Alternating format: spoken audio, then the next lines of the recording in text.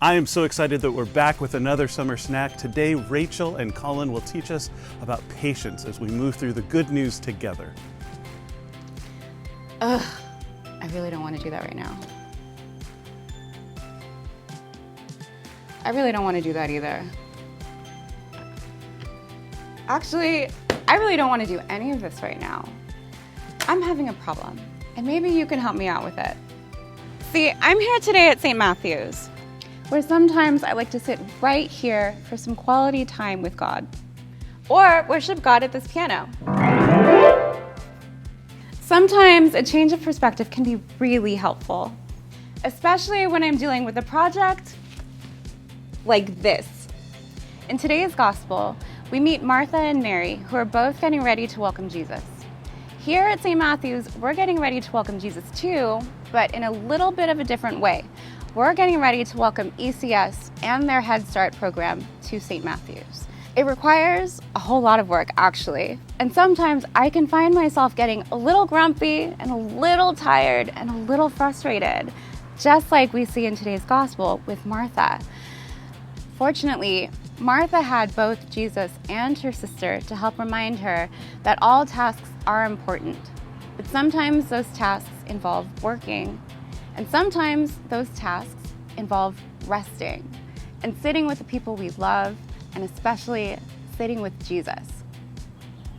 Our friend Martha, good, well-intentioned Martha, was busy with all of these tasks trying to get ready while her sister Mary was sitting at the feet of Jesus.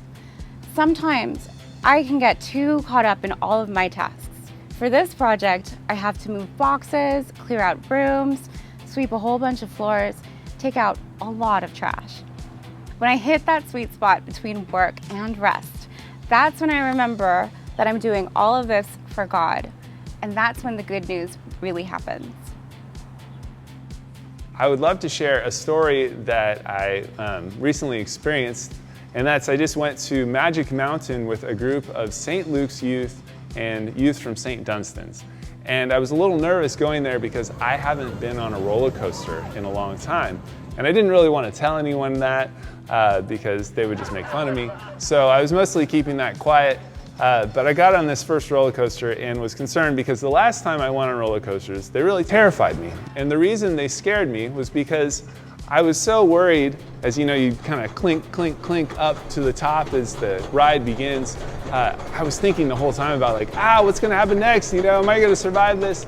And I think the fear that was building there then kept kind of removed the fun, removed the joy for the rest of the ride. By the time I got back, I'm like, oh, I made it, but I think I forgot to have fun along the way. So what I kind of found was an interesting and helpful strategy that I think the pandemic of the last 2 years has kind of helped me with was just starting with some trust that the people who engineered this roller coaster were very likely to bring me back to safety within those 60 or 90 seconds. And in the meantime, perhaps I could just enjoy the ride. And I was able to do so. I was able to even get back safely after those 60 or 90 seconds.